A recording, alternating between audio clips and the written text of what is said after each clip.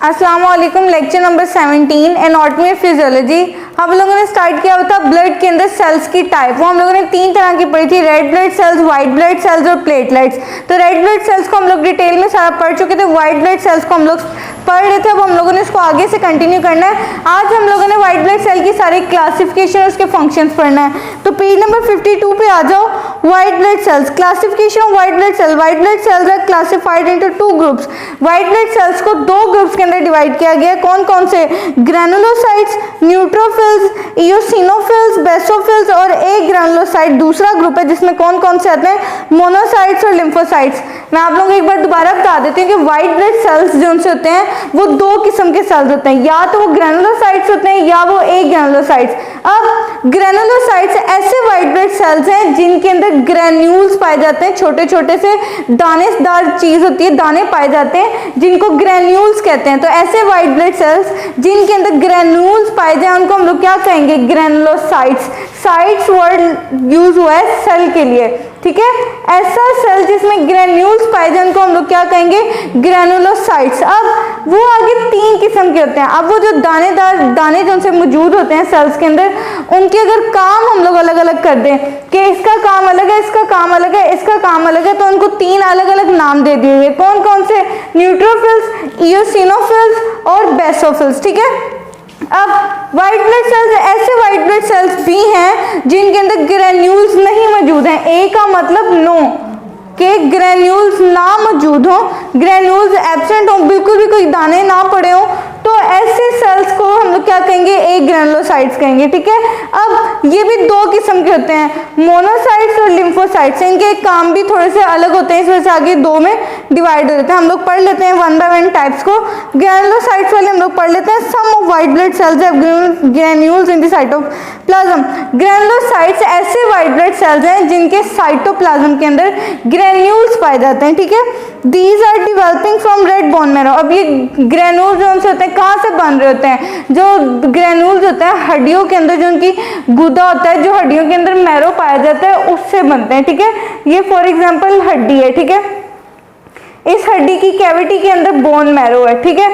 इस मैरो से बनते हैं ग्रैन्यूल्स जो कहाँ होते हैं? व्हाइट ब्लड सेल्स के अंदर होते हैं, ठीक है। We can see granules easily in the cytoplasm of white blood cells. हम व्हाइट ब्लड सेल्स के साइटोप्लाज्म के अंदर आसानी से ग्रैन्यूल्स देख सकते हैं। अब वो कौन से वाले व्हाइट ब्लड सेल्स के अंदर हम लोग ग्रैन्यूल्स देख सकते हैं? हम ग्रैनुलोसाइट्स वाले सेल्स के अंदर ग्रैन्यूल्स को देख सकते हैं आसानी से। अब 3 किस्में हम लोग पढ़ लेते हैं, न्यूट्रोफिल्स, एसिनोफिल्स और बेसोफिल्स। न्यूट्रोफिल्स की बात कर लेते हैं। फर्स्ट लाइन डिफेंस, कि ये डिफेंस सिस्टम क्रिएट करता है, मतलब जितने भी बाहर से आने वाले जितने पार्टिकल्स हैं, जितने माइक्रोऑर्गेनिज्म हैं, उनसे प्रोटेक्ट करता है, उनसे बचाता है। कैसे बचाता है? They engulf and destroy foreign particles, कि बाहर से आने वाले पार्टिकल्स को इनगल्फ कर लेता है, उनको खा लेता है, उनको मार देता है, डिस्ट्रॉय कर देता है। दे destroy microorganism bye there enzymes. अब न्यूट्रोफिल्स ऐसे सेल्स हैं, ऐसे व्हाइट ब्लड सेल्स हैं जिनके खुद के एंजाइम्स होते हैं, ठीक है। अब जो उनके अंदर एंजाइम्स पाए जाते हैं वो क्या करते हैं? वो माइक्रोऑर्गेनिज्म्स को इनगल्फ करते हैं, उनको डिस्ट्रॉय कर देते हैं, अपने माइक्रो जो एंजाइम्स उनके मौजूद होते हैं, ठीक है। They secrete platelets activating factor for blood clotting. अब ये क्या सेक्रेट करेंगे? ये लोग प्लेटलेट एक्टिवेटिंग फैक्टर को रिलीज करेंगे, जिससे क्या होगा? जिससे खून के लोथड़े बनना शुरू हो जाएंगे, ब्लड क्लॉटिंग होना शुरू हो जाएगी, ठीक है। उसके बाद सेकंड टाइप की हम लोग बात करते हैं, वो कौन सी है? इओसिनोफिल्स। क्या करते हैं? They act against parasites. जितने भी पैरासाइट्स हमारे जिस्म के अंदर आएंगे उनसे प्रोटेक्ट करता है, उनके खिलाफ एक्शन करता है। कौन सा? एसिनोफिल्स। याद रखना, फॉरेन पार्टिकल्स को डिस्ट्रॉय और इनगल्फ कौन करता है? न्यूट्रोफिल्स। पैरासाइट्स के खिलाफ कौन सा है? एसिनोफिल्स, ठीक है। They are responsible for detoxification, disintegration and removal of foreign particles. जो सी फॉरेन प्रोटीन, जितने भी फॉरेन माइक्रोऑर्गेनिज्म्स हैं वो सारे के सारे में प्रोटीन पाया जाता है ना, तो यहाँ पे प्रोटीन की जगह माइक्रोऑर्गेनिज्म आप लिख सकते हो कि बाहर से आने वाले जितने भी प्रोटीन, जितने भी माइक्रोऑर्गेनिज्म्स हैं उनकी डिटॉक्सिफिकेशन करने के लिए, मतलब उनका जहर खत्म करने के लिए, उनकी डिसइंटेग्रेशन करने के लिए, उनको रिमूव करने के लिए, ये सारे के सारे काम करने के लिए कौन से व्हाइट ब्लड सेल सबसे ज्यादा एक्शन देते हैं? वो कौन से व्हाइट ब्लड सेल है? इओसिनोफिल्स, ठीक है। नेक्स्ट पेज पे आ जाओ, पेज नंबर 53 पे हम लोग थर्ड सेल की बात कर लेते हैं, वो कौन से हैं? Basophils. They play important role in healing process and allergy. अब बेसोफिल्स ऐसे वाइट ब्लड सेल्स हैं जो हीलिंग प्रोसेस में काम करते हैं। कहीं पे चोट लगी हो तो इसको हील करना, उसमें नए वहाँ पे नए सेल्स को बेच के वहाँ पर दोबारा प्रोडक्शन रीजनरेशन करवा देना। और एलर्जी जहाँ पे आप लोगों को इन्फेक्शन जहाँ पर हो, ठीक है, वहाँ पर कौन से वाइट ब्लड सेल्स जाते हैं? कौन से टाइप वाले? बेसोफिल्स। तो आप लोगों ने तीनों में फर्क पता चल गया ना कि फॉरेन पार्टिकल्स को इंगल्फ करने के लिए, उनको डिस्ट्रॉय करने के लिए न्यूट्रोफिल्स, और जितने पैरासाइट्स हैं उनके अगेंस्ट एक्शन करने के लिए एसिनोफिल्स, और बेसोफिल्स किस लिए होते हैं? हीलिंग प्रोसेस और एलर्जी के लिए। आगे हम लोग बात करते हैं एग्रेनुलोसाइट्स। ऐसे वाइट ब्लड सेल्स जिनमें ग्रेन्यूल ना पाए जाएं उनको हम लोग एग्रेनुलोसाइट्स कहेंगे। There are no granules present in the cytoplasm of this type of white blood cells। ये ऐसे white blood cells हैं जिनके साइटोप्लाज्म में ग्रेन्यूल्स नहीं पाए जाते हैं। They develop from the lymphoid tissues। अब ये lymphoid tissue से develop हुए हैं। lymphatic system आप लोगों ने पढ़ा हुआ ना कि वो पूरे जिस्म के अंदर lymphatic system में ट्रांसपोर्ट करवाता है चीज़ों की। अब रिस्पॉन्स वगैरह करता है, उनके जो से lymphoid tissues हैं उससे ये बने होते हैं, ठीक है। दो टाइप्स में आप लोगों को बताई थी, मोनोसाइट्स और लिम्फोसाइट्स।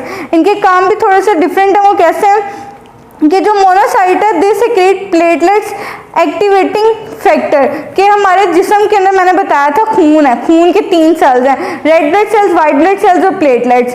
तो प्लेटलेट्स को एक्टिवेट करने वाले फैक्टर जो से हैं वो कौन से क्रिएट करता है? मोनोसाइट से क्रिएट करता है। पीछे हम लोगों ने क्या पढ़ा था कि एसिन और जो न्यूट्रोफिल्स है वो भी एक्टिवेट करते हैं, ठीक है। लिम्फोसाइट्स की बात करते हैं। These cell develop this cellular immunity and hormonal immunity, के जो उनसे लिम्फोसाइट्स होते हैं वो सेल की इम्यूनिटी और हार्मोनल इम्यूनिटी क्रिएट करते हैं, कि हार्मोन्स के जितने भी हार्मोन्स के खिलाफ जितनी भी एंटीबॉडी फॉर्मेशन है या सेल के खिलाफ जितनी भी एंटीबॉडी फॉर्मेशन है वो सारे के सारे कौन करते हैं? लिम्फोसाइट्स करते हैं। सेल को इम्यूनिटी देते हैं, हार्मोन्स को इम्यूनिटी देते हैं, उनको डिफेंस सिस्टम देते हैं, ठीक है। ये आगे उन्होंने डायग्राम बनाई है डिफरेंट सेल्स की, 5 के 5 सेल्स वाइट ब्लड सेल्स की जितनी भी टाइप्स हैं, मोनोसाइट, लिम्फोसाइट्स, बेसोफिल्स, न्यूट्रोफिल्स, ये आप लोगों ने देख लेनी है, लेकिन इतनी ज़्यादा ये अहम नहीं है, ठीक है। आगे हम लोग बात कर लेते हैं functions of white blood cell. White blood cells का लास्ट टॉपिक है कि वाइट ब्लड सेल का काम क्या है। मैंने आप लोगों को बताया था कि रेड ब्लड सेल के अंदर हीमोग्लोबिन होती है, तो रेड ब्लड सेल का सबसे ज़्यादा बड़ा काम क्या होता है? Transportation of oxygen, carbon dioxide and other substances. अब वाइट ब्लड सेल का भी आप लोगों को फर्स्ट, सेकंड, थर्ड लेक्चर में मैं बता चुकी हूँ कि सबसे बड़ा काम वाइट ब्लड सेल्स का है डिफेंस सिस्टम क्रिएट करना, इम्यूनिटी देना, इम्यून सिस्टम क्रिएट करना, कि फॉरेन पार्टिकल जो बाहर से आने वाली चीज़ें हैं, जितने भी जरासीम है, माइक्रो ऑर्गेनिजम्स हैं, उन सब से तहफ़्फ़ुज़ देता है, एंटीबॉडीज बनाता है, उनके खिलाफ इम्यूनिटी करता है, उनके खिलाफ एक्शन देता है, हमें बीमारी नहीं होने देता। तो वाइट ब्लड सेल के यही काम उन्होंने थोड़े से मिक्स करके बताए होंगे, ठीक है। Generally white blood cells play important role in defence mechanism, के आम तौर पर सबसे बड़ा काम इसका क्या है कि डिफेंस मैकेनिज्म को कंट्रोल करता है, ठीक है।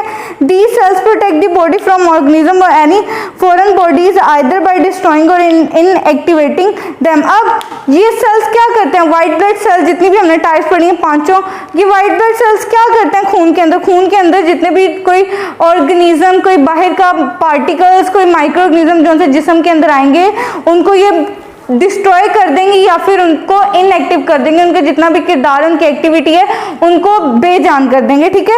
However in defence mechanism each type of white blood sales acts in different way. लेकिन डिफेंस सिस्टम में ये जो हमने 5 टाइप रेड ब्लड सेल्स की पढ़ी है वो अलग अलग तरीके से काम करती हैं। कुछ प्लेटलेट एक्टिवेटिंग फैक्टर रिलीज करके काम करेंगे, कुछ इनगल्फ करके काम करेंगे, कुछ अगेंस्ट पैरासाइट्स होकर काम करेंगे। तो ये वाइट ब्लड सेल के जितने भी अलग अलग किस्मों के सेल है ना, ये अलग अलग तरीके से डिफेंस मैकेनिज्म को चलाते हैं, ठीक है। अब फंक्शन 1 बाय 1 पढ़ लेते हैं। पहला फंक्शन है फेगोसाइटोसिस। फेगोसाइटोसिस हम लोगों ने 9th में या फर्स्ट ईयर में पढ़ा था, eating process of a cell, ठीक है। सेल का खा जाना, eating process of a cell is called phagocytosis. यहाँ पे क्या लिखा है? This is a process by which neutrophils and monocytes engulf and destroy the bacteria, viruses and foreign particles, के पूरे सेल को बैक्टीरिया के, वायरस के, कोई भी बाहर से हवा के जरिए गंदा पानी पीने की वजह से, गंदी हवा को अपने अंदर ले जाने की वजह से जो उनसे वायरसेस, बैक्टीरिया, फॉरेन पार्टिकल्स हमारे जिस्म के अंदर आते हैं ना, तो कौन से वाइट ब्लड सेल्स? न्यूट्रोफिल्स और मोनोसाइट्स, ठीक है, न्यूट्रोफिल्स और मोनोसाइट्स क्या करते हैं, उनको इंगल्फ कर लेते हैं, उनको खा जाते हैं, ठीक है, अपने अंदर ले जाते हैं। इस अमल को क्या कहेंगे, फैगोसाइटोसिस। तो व्हाइट ब्लड सेल्स का पहला काम क्या है कि उसकी दो टाइप्स, कौन कौन सी, न्यूट्रोफिल्स और मोनोसाइट्स, क्या करते हैं कि बाहर से जितने भी माइक्रो ऑर्गेनिज्म और वायरसेस बैक्टीरिया वगैरह आ रहे होते हैं हमारे जिस्म के अंदर, उनको इंगल्फ कर लेते हैं, उनको खा जाते हैं, ठीक है। Antibody formation, lymphocytes play important role in defence mechanism of the body, they develop the immunity, कि ये इम्यूनिटी क्रिएट करते हैं कैसे, एंटीबॉडीज बना के, ठीक है। व्हाइट ब्लड सेल्स की कौन सी टाइप, लिम्फोसाइट्स, ठीक है, लिम्फेटिक सिस्टम की मदद से क्या करते हैं ये लोग, इम्यूनिटी क्रिएट कर देते हैं, ठीक है। आगे फिब्रोब्लास्ट फॉर्मेशन, लिम्फोसाइट्स में be converted into fibroblast at the site of inflammation, helping in the process of repairing. अब जो उनसे कौन सी टाइप, लिम्फोसाइट की, व्हाइट ब्लड सेल्स की 5 टाइप्स में से कौन सी टाइप, लिम्फोसाइट, वो क्या करते हैं, लिम्फोसाइट जो उनसे जहाँ पे कहीं पे भी सोजन वगैरह हुई हो, सोजिश हुई हो, इन्फ्लेमेशन वाली जगह पर क्या करते हैं, ये जो लिम्फोसाइट्स हैं ये फिब्रोब्लास्ट में कन्वर्ट हो जाते हैं, फिब्रोब्लास्ट में चेंज हो जाते हैं और क्या करते हैं, रिपेयर कर देते हैं। उस जगह पे जितना भी चोट वगैरह लगी होती है, जितना भी मांस वगैरह फटा होता है, वहाँ पे मांस बनाना शुरू कर देते हैं, नए सेल्स बनाना शुरू कर देते हैं। तो ये भी एक व्हाइट ब्लड सेल्स का काम है, ठीक है। लास्ट काम क्या, secretion of heparin, basophil secrete heparin which prevents intracellular intravascular clotting of blood. अब जो बेसोफिल्स है जो कि व्हाइट ब्लड सेल्स की टाइप है, कौन सी वाली, ग्रैनुलोसाइट्स, ऐसे बेसोफिल्स जिनमें ग्रैन्यूल्स पाए हैं, ठीक है, व्हाइट ब्लड सेल्स, तो वो क्या करते हैं, वो हेपारिन सिक्रीट करते हैं। हेपारिन लीवर के अंदर पाया जाता है, ये एक हार्मोन है, ठीक है, उसको रिलीज करके क्या महफूज करते हैं कि ब्लड क्लॉटिंग को जो है ना, वेजिकल्स जो हमारे जिस्म के अंदर जितनी वेन्स पाई जाती है ना, उनके अंदर खून को जमने से रोकते हैं। किस तरह रोकते हैं, हेपारिन की सिक्रीशन करवा के, ठीक है। आगे हम लोग थोड़ी सी प्लेटलेट्स को भी डिस्कस कर लेते हैं, छोटा सा लेक्चर, तीसरा सेल की टाइप, रेड ब्लड सेल भी पता चल गया, व्हाइट ब्लड सेल भी पता चल गया, प्लेटलेट्स अब हम लोग पढ़ने लगे। प्लेटलेट्स को क्या कहते हैं, प्लेटलेट्स को हम लोग कहते हैं थ्रोम्बोसाइट्स। आप लोगों को याद हो कि रेड ब्लड सेल्स को क्या कहते हैं, व्हाइट ब्लड सेल्स का सेकंड नेम क्या था और प्लेटलेट्स का सेकंड नेम क्या है, ठीक है। तो आप लोगों ने 1 बाय 1 पढ़ा था। प्लेटलेट्स को आगे हम लोग डिस्कस कर लेते हैं। Platelets are the formed elements of the blood. Platelets are small, colorless and non-nucleated cells. के प्लेटलेट जो से हैं वो ब्लड के अच्छे खासे बने बनाए सेल्स होते हैं। क्या करते हैं, ये साइज में भी छोटे होते हैं, इनका कोई रंग नहीं होता और ये नॉन न्यूक्लियर होते हैं, बगैर न्यूक्लियस के सेल्स होते हैं। अब हमें पता है कि जो रेड ब्लड सेल्स होते हैं उनके अंदर न्यूक्लियस होता है, वो न्यूक्लियस कंटेनिंग सेल होते हैं। व्हाइट ब्लड सेल्स जो से होते हैं वो नॉन न्यूक्लियर होते हैं, उनके सेल्स के अंदर न्यूक्लियस नहीं होता। अब प्लेटलेट्स भी आप लोगों को डिफरेंस याद रखना है कि प्लेटलेट्स ही वो सेल हैं जिनके अंदर न्यूक्लियस नहीं होता है, ठीक है। आगे हम लोग इनकी शेप्स की बात कर लेते हैं। Shapes of platelets, platelets are of several shapes. अब प्लेटलेट सेल्स ऐसे सेल्स हैं जिनकी कई किस्में हो सकती हैं, कई शक्लें हो सकती हैं, ठीक है। कौन कौन सी, स्फेरिकल, या तो वो खोखले और गोल हो सकते हैं, रॉड शेप, सिलेंड्रिकल हो सकते हैं, ओवल अंडे की शक्ल के हो सकते हैं, डिस्क शेप जो आप लोगों ने सीडी डिस्क वगैरह देखी हो उस तरह के हो सकते हैं, सिगार शेप और एनी अदर अनयूजुअल शेप, किसी भी किस्म की शक्ल के हो सकते हैं। तो कई किस्मों में प्लेटलेट्स पाए जा सकते हैं, ठीक है। आप लोगों ने पढ़ा था कि रेड ब्लड सेल्स जो होते हैं अमूमन गोल होते हैं और जो व्हाइट ब्लड सेल्स होते हैं वो इरेगुलर होते हैं, लेकिन जो प्लेटलेट्स होते हैं वो कई किस्मों में पाए जा सकते हैं। वो कई किस्में कौन सी हैं, spherical, rod, cigar, oval, disc, ठीक है। साइज ऑफ प्लेटलेट्स, प्लेटलेट्स के साइज की बात कर लेते हैं कि किस साइज के होते हैं। Size of platelets is 2 to 4 micron, के जो प्लेटलेट्स का साइज होता है वो 2 या 4 माइक्रोन होता है, ठीक है। काउंट ऑफ प्लेटलेट्स, कि प्लेटलेट्स की तादाद कितनी है सब में, 150,000 to 300,000 मिलीमीटर क्यूब, ठीक है। ये इतनी तादाद प्लेटलेट्स की होती है, आप लोगों ने एमसीक्यूज के लिए हर हाल में याद करनी है, ठीक है। लाइफ स्पैन ऑफ प्लेटलेट्स, के प्लेटलेट्स कब तक जिंदा रह सकते हैं। Life span of platelet is 4 to 9 days, के 4 से 9 दिन तक ये जिंदा रहते हैं, उसके बाद ये मर जाते हैं और नए बनना शुरू हो जाते हैं। आप लोगों को रेड ब्लड सेल्स की लाइफ स्पैन भी याद हो, व्हाइट ब्लड सेल्स की भी, रेड ब्लड सेल्स की 120 डेज थी, उसके बाद वो मर जाता है। आप लोगों ने ये सारी चीजें तीनों को कंपेरिजन रख के तीनों को अलग अलग रख के याद करनी है। नेक्स्ट पेज पे आ जाओ, पेज नंबर 55 पे, types of platelets. Platelets can be classified into two types के प्लेटलेट्स जो हैं दो टाइप्स की होती हैं। कौन कौन सी? स्मॉल यंग और एक्टिव प्लेटलेट्स, लार्ज और ओल्ड प्लेटलेट्स। अब जो प्लेटलेट जो तीसरी किस्म हमारे खून के अंदर सेल्स की पाई जाती है वो दो किस्म की हो सकती हैं, या तो वो बड़े और पुराने हो सकते हैं या फिर वो छोटे और बहुत ज़्यादा एक्टिव हो सकते हैं जिनकी एक्टिविटी बहुत ज़्यादा हो। ठीक है, फंक्शन ऑफ प्लेटलेट्स की बात करते हैं कि प्लेटलेट्स के किरदार कौन कौन से, प्लेटलेट्स हमारे खून के अंदर क्या क्या काम करते हैं, वन बाय वन डिस्कस कर लेते हैं। Platelets play important role in blood clotting. पहला काम तो ये है कि प्लेटलेट जो है खून के लोथड़े बनाता है, खून को जमाता है। ठीक है, प्लेटलेट्स हमारे खून के अंदर जो से होंगे उन्हीं से जो है हमारा खून के जमने का अमल होगा। ठीक है, प्लेटलेट्स प्रिवेंट ब्लड लॉस। जो प्लेटलेट्स है वो खून को बहाने से रोकता है। वो कैसे कि अगर प्लेटलेट्स होंगे तो खून को जमाएगा, क्लॉटिंग करना शुरू करेगा, जिसकी वजह से खून का बहना कम हो जाएगा। ठीक है, platelets play role in repairing of rupture blood vessel. आप लोगों को मैं एक बार बता दूं कि जो उनसे जितने भी ऑपरेशन वगैरह ऑपरेशन थिएटर में होते हैं तो सबसे पहले जो उनसे ना प्लेटलेट्स का टेस्ट होता है। वो क्यों टेस्ट होता है?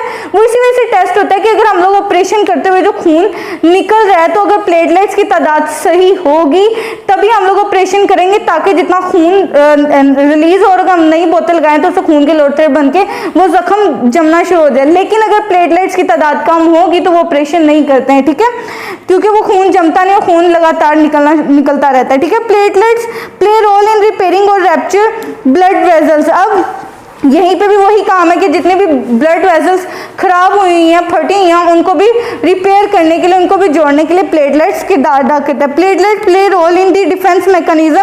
प्लेटलेट जो है डिफेंस मैकेनिज्म में भी किरदार अदा करता है इम्यून सिस्टम में। ठीक है, तो प्लेटलेट्स के आगे इन्होंने डायग्राम बताई है। एक्टिवेटेड प्लेटलेट्स, एक्टिवेटेड कौन से होते हैं? जो स्मॉल होते हैं, यंग, जो जवान अभी होते हैं ना, और जो बाकी बनाए हुए हैं ना ये लार्ज, ये जो होंगे ये ओल्ड प्लेटलेट्स होंगे। ठीक है, तो आज का लेक्चर इतना ही है। नेक्स्ट लेक्चर पे हम लोग ब्लड ग्रुप्स को स्टार्ट करेंगे। तो अगर इसमें कोई समझ ना आई हो तो क्वेश्चन जरूर कीजिएगा। अल्लाह हाफिज़।